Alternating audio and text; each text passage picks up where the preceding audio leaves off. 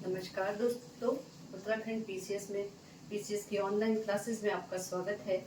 तो उत्तराखंड के इतिहास में हमने आदि ऐतिहासिक काल को देखा था। आज हम देखेंगे ऐतिहासिक काल। ठीक है, ऐतिहासिक काल जिसका हमें उल्लेख किसमें मिलता है? वेदों में, पुराणों में, या जिसका लिखित इतिहास हो उसे हम क्या कहते हैं? ऐतिहासिक काल। ठीक है, तो सबसे पहले उत्तराखंड के बारे में जो जानकारी मिलती है वो हमें मिलती है वेदों से। ठीक है, तो वेद सभी को जैसे पता है 4 प्रकार के वेद होते हैं। सबसे पहले आपका ऋग्वेद,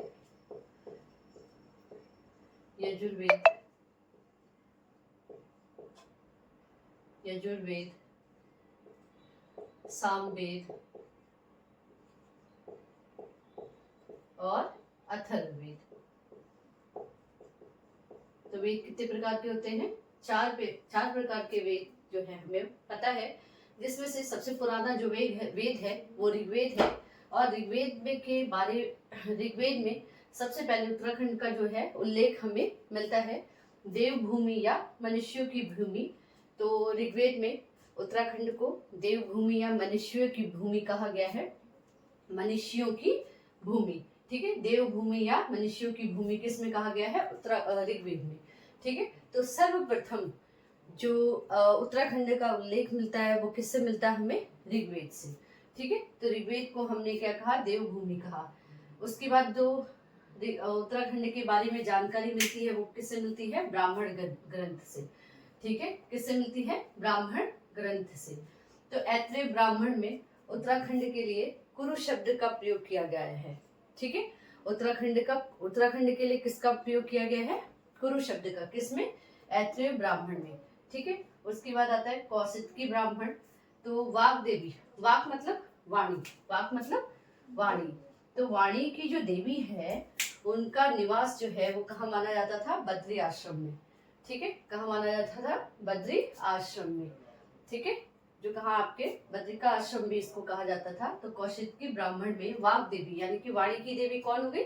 सरस्वती। तो सरस्वती का जो निवास स्थान है वो कहाँ माना जाता था? बद्री आश्रम में। उसके बाद उत्तराखंड के बारे में जानकारी हमें पुराणों से मिलती है। ठीक है, तो सबसे पुराना जो पुराण है वो कौन सा है? मत्स्य पुराण। ठीक है, सबसे पुराना कौन सा पुराण है? मत्स्य पुराण। और स्कंद पुराण में जो है 5 हिमालय क्षेत्रों का वर्णन किया गया है। कितने हिमालय क्षेत्रों का? 5 हिमालय क्षेत्रों का वर्णन किया गया है। और उनमें से जो आपके 2 हिमालय जो खंड है उसमें 5 हिमालय खंडों में से 2 हिमालय खंड जो है वो कहाँ है? उत्तराखंड में है। ठीक है, जिसको आपको प्राचीन में हम क्या कहते थे? केदार खंड या मानस खंड। ठीक है, तो केदार खंड जो था गढ़वाल की सीमा क्षेत्र को, जो भी गढ़वाल एरिया, जिससे आज हम गढ़वाल और कुमाऊं 2 भागों में डिवाइड कर दिया है, जिसे हम गढ़वाल के नाम से जानते हैं। तो गढ़वाल के सीमा क्षेत्र को हमने क्या कह दिया? केदार खंड। और कुमाऊं के सीमा क्षेत्रों को हमने क्या कह दिया? मानस खंड। क्या कह दिया हमने? मानस खंड। ठीक है, इतना देख लीजिए, इतना आ गया। तो ऐतिहासिक काल में सबसे पहले उत्तराखंड के बारे में जानकारी हमें वेदों से मिलती है। वेदों में भी किसमें? ऋग्वेद में। ठीक है, ऋग्वेद में इसको देवभूमि कहा गया है। बहुत बार ये क्वेश्चन पूछा गया है कि किस वेद में उत्तराखंड को देवभूमि कहा गया है? तो ऋग्वेद में। ठीक है, उसके बाद आते हैं हम ब्रह्म पुराण और वायु पुराण। ठीक है, तो ब्रह्म पुराण और वायु पुराण के अनुसार जो कुमाऊं के क्षेत्र हैं उसमें कौन कौन रहता था? उसमें किरात रहते थे, उसमें गंधर्व रहते थे, उसमें किन्नर रहते थे, उसमें यक्ष रहते थे, उसमें नाग जाति के लोग यहाँ रहते थे। तो ब्रह्म पुराण व वायु पुराण के अनुसार जो कुमाऊं का जो क्षेत्र है, जिसे किरात क्षेत्र भी कहा जाता है, तो यहाँ पे क्या रहते थे? किरात, किन्नर, यक्ष, गंधर्व, नाग आदि जातियों का जो था निवास स्थान था। इसके अलावा और अन्य साहित्यिक स्रोत है जिसके थ्रू हमें उत्तराखंड के बारे में जानकारी मिलती है। तो वो है आपका महाभारत जो है आदि पर्व अर्जुन व जैसे आदि पर्व के अनुसार यहाँ पे अर्जुन और उल्लूपी का जो विवाह था वो गंगाद्वार जानते हैं। आज गंगाद्वार को हम आज हरिद्वार के नाम से जानते हैं। ठीक है, हरिद्वार। ठीक है, गंगाद्वार मतलब हरिद्वार। तो अर्जुन और उलूपी का जो विवाह था उसका जो वर्णन है वो किस में मिलता है हमें? महाभारत में। और अर्जुन और उलूपी का विवाह गंगाद्वार में हुआ था, यानी कि हरिद्वार में हुआ था। उसके अलावा रामायण के थ्रू, रामायण से हमें उत्तराखंड के बारे में जानकारी मिलती है।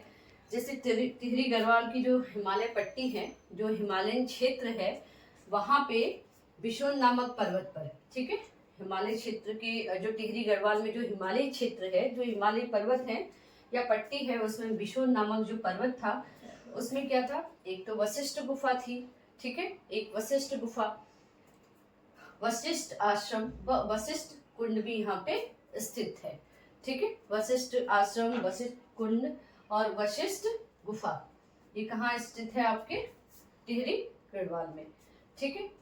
तो इसमें रामायण से भी हमें उत्तराखंड के बारे में जानकारी मिलती है। उसके बाद देखिए, तपोवन में मान्यता है कि तपोवन में लक्ष्मण ने आके तप किया था। तो तपोवन जो है वो कहाँ है, टिहरी गढ़वाल में। तपोवन टिहरी गढ़वाल में स्थित है और जहाँ लक्ष्मण ने आके तपस्या की थी। इतना देख लीजिए एक बार।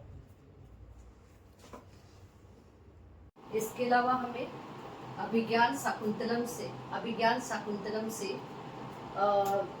उत्तराखंड के बारे में जानकारी मिलती है। अभिज्ञान शाकुंतलम की जो रचनाकार थे वो कौन थे, कालिदास थे, ठीक है। कालिदास जो है अभिज्ञान शाकुंतलम के कौन थे, रचनाकार थे। और कण्वाश्रम उत्तराखंड के कोटद्वार में, कण्वाश्रम में उन्होंने बैठकर ये किताब लिखी थी। और कण्वाश्रम जो है उत्तराखंड के कोटद्वार से 14 किलोमीटर दूर हेमकूट और मणिकूट पर्वत की गोद में स्थित है, ठीक है। हेमकूट और मणिकूट के में ये क्या है, स्थित है, ठीक है, कण्वाश्रम। तो कण्वाश्रम जो है उत्तराखंड और कोटद्वार के हेमकूट और मणिकूट पर्वत पर स्थित है, ठीक है। कण्वाश्रम जो है वो मालिनी नदी के तट पर, ठीक है। कण्वाश्रम कहाँ स्थित है, मालिनी नदी के तट पर, ठीक है। कण्वाश्रम कहाँ स्थित है, मालिनी नदी के तट में। और वर्तमान में ये स्थान जो है वो चौका घाट के नाम से प्रसिद्ध है। वर्तमान में ये स्थान किस नाम से प्रसिद्ध है, चौका घाट के नाम से प्रसिद्ध है। तो यहाँ पे जो अभिज्ञान शाकुंतलम जो किताब है, इसमें आपके दुष्यंत और उनकी रानी के बारे में वर्णन है। और शकुंतला, ठीक है, तो शकुंतला से दुष्यंत का जो है विवाह होता है। और उसके बाद क्या होता है, उनका एक पुत्र होता है। और उस पुत्र के नाम पे ही उसका नाम था भारत, और उसके नाम से ही हमारे देश का नाम क्या पड़ा, भारत, ठीक है। आप सभी लोग जानते होंगे, ठीक। तो आज के लिए इतना ही। नेक्स्ट क्लास में हम ऐतिहासिक काल को लेके आएंगे, जिसमें हम अलग अलग शासकों के बारे में पढ़ेंगे। आज के लिए इतना ही, धन्यवाद।